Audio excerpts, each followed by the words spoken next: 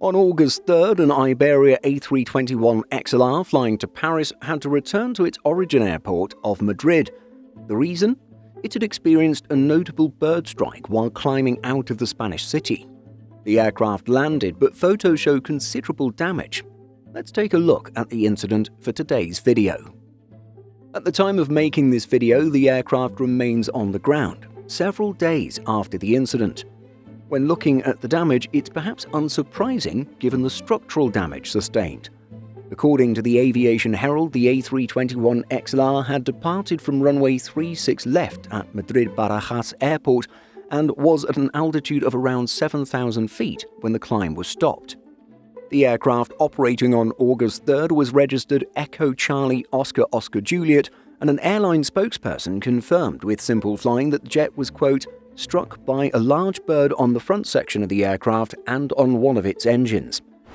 The spokesperson added, in accordance with the established safety protocols for such situations, the captain requested authorization to return to the departure airport, where the aircraft landed safely. The entire flight crew, including pilots and cabin crew, acted with the utmost professionalism to manage the situation and care for the passengers. As for Iberia's passengers, the carrier was able to source a replacement jet, and travelers reached Paris-Orly around 4 hours late. The incident jet is just one of 4 A321XLRs that the Spanish flag carrier presently has at its disposal. Obviously, with the A321XLR being a brand new variant, the low age of the incident jet is unsurprising, 0.23 years old. Having first flown on May 13th of this year, the aircraft was formally handed over to Iberia on June 30th. It was ferried from Airbus's facilities at Toulouse to Madrid on July 2nd. Since entering service just under a month ago, it has primarily been used on flights within Europe, although it did make its first transatlantic journey to Boston on July 22nd.